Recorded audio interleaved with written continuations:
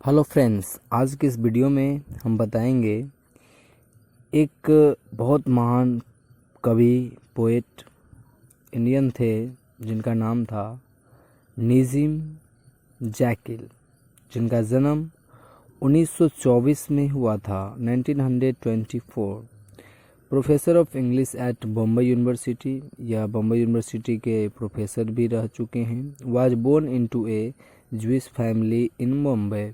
ये बॉम्बे में इनका जन्म हुआ। उसकी जो फैमिली थे वो क्या थे, ज्यूइश थे। His first book of poems a time to change was published in London in 1952।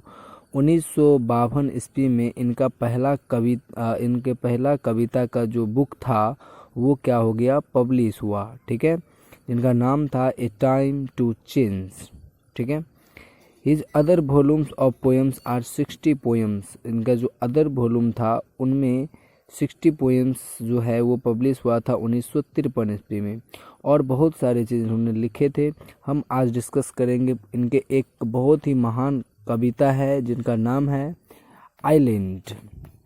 ठीक है, आपको बता दूं कि आइलैंड एक नाम है जो की जगह है, उसके बारे में बताया गया है कि जहाँ पे कवि का जो है बचपन गुजरा था। कवि कहते हैं कि unsuitable for song as well as sense. It means कि यहाँ पर जो है सब कुछ लग रहा है ऐसे कि अनसुटेबल है। इट मीन्स कि सूट किसी पे नहीं कर रहे हैं, न सॉन्ग के लिए न ही दिमाग के लिए। The island flowers into slums. और जितने भी आइलैंड्स के फ्लावर्स थे वो सब टुकड़े टुकड़े हो गए, किसमें, झोपड़ी में। इट मीन्स कि बहुत सारे झोपड़ी आयरलैंड पे देखने को मिला था। ठीक है, जिनके वजह से उनको पता नहीं चल रहा था हम कहाँ आ गए हैं। And skyscrapers reflecting precisely the growth of my mind, I am here to find my way in it. यहाँ पर पोइट ये कहते हैं कि उसका जो रिफ्लेक्शन है सीधा उसके दिमाग पर गहरा प्रभाव डाला है। उसे कुछ समझ ही नहीं आ रहा है, वो सीधा रिफ्लेक्ट कर रहा है, परावर्त उसी पे कर रहा है। और पोएट को कुछ समझ में नहीं आ रहा है तो वो बोलते हैं I am here to find my way in it. मैं इसमें अपना रास्ता ढूंढ रहा हूँ। इट मीन्स की ढूंढता हूँ। ठीक है, फिर दूसरा स्टेंजा पे देखिए। Sometimes I cry for help but mostly keep my own cons.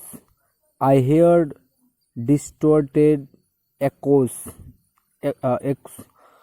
of my own ambiguous voice and of dragons claiming to be human. हमें कहते हैं कि समटाइम्स मैं कभी कभी आई क्राई फॉर हेल्प, मैं सहायता के लिए भी चिल्लाता हूँ, but mostly keep my own cons, और बहुत सारे सलाह जो मैं खुद को मेरा है वो मैं उसे रखना चाहता हूँ, वो बोलना नहीं चाहते। अक्सर वो जो सलाह है वो अपने पास ही रखते हैं पोइट। आई हेयर्ड डिस्टोर्टेड एकोस, मतलब वहाँ की जितनी भी दर्द हैं, दुख है, मतलब एकोस है, वो उसे सब सुनाई देती है।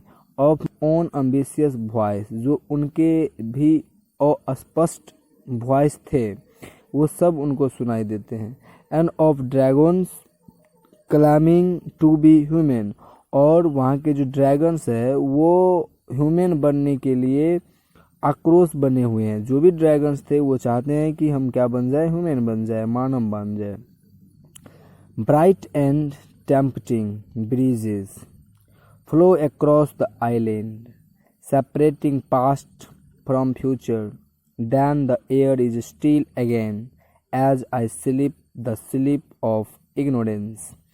कहते हैं ब्राइट एंड टेम्पटिंग ब्रीजेस, मतलब जितने भी चीज़ें हैं वो सब चमकीले हैं, ब्राइट हैं, खुशियाँ की हैं, और वो सब चीज़ें जो है वो ललचाती है।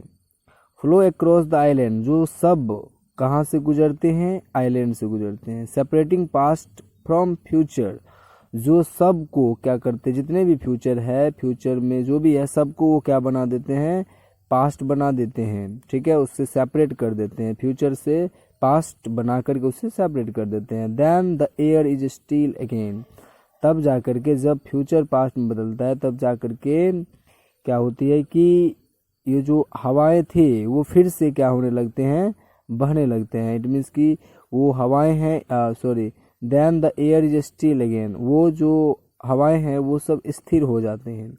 As I sleep the sleep of ignorance, जैसा कि मैं अज्ञानता में सो चुका हूँ। इट मीन्स कि आई स्लीप, मैं जैसे लग रहा हो कि अज्ञानता की केवल नींद है जिससे मैं सोता हूँ। How delight the soul with absolute sense of salvation, how, यहाँ पर सेल्वेशन का मतलब होता है मुक्ति।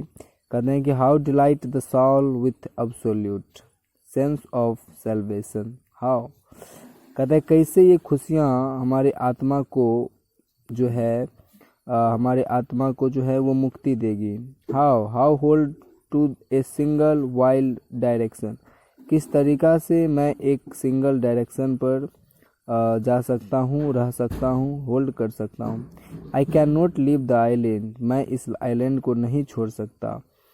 आई was born here and belong, क्योंकि मैं इस यहाँ पर जन्म लिया हूँ और साथ ही यहाँ से मैं बिलोंग भी करता हूँ। Even now a host of miracles hurries me to daily business, minding the ways of the island as a good native should, taking calm and glamour in my STRIDE.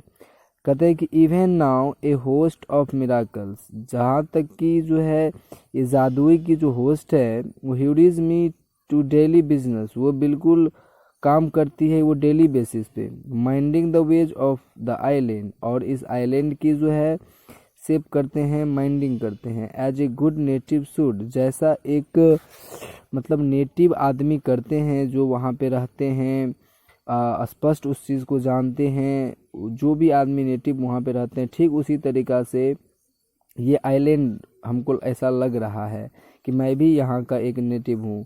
Taking काम, और यहाँ पर मुझे शांति मिलती है। And clamour in my STRIDE, और ऐसा लगता है यहाँ की जो शोर है, यहाँ की जो शांति है, उस सब जो है उन्हें भाता है, ऐसे भाता है जैसे कि कोई नेटिव हो।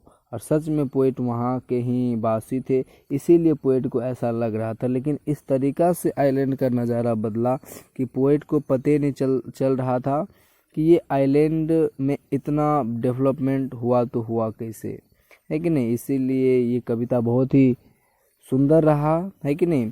कभी कोई भी आदमी को अपने जो वातावरण चीज़ें हैं, जहाँ पे आपने जन्म लिया, उसको नहीं भूलनी चाहिए, है कि नहीं। बिल्कुल।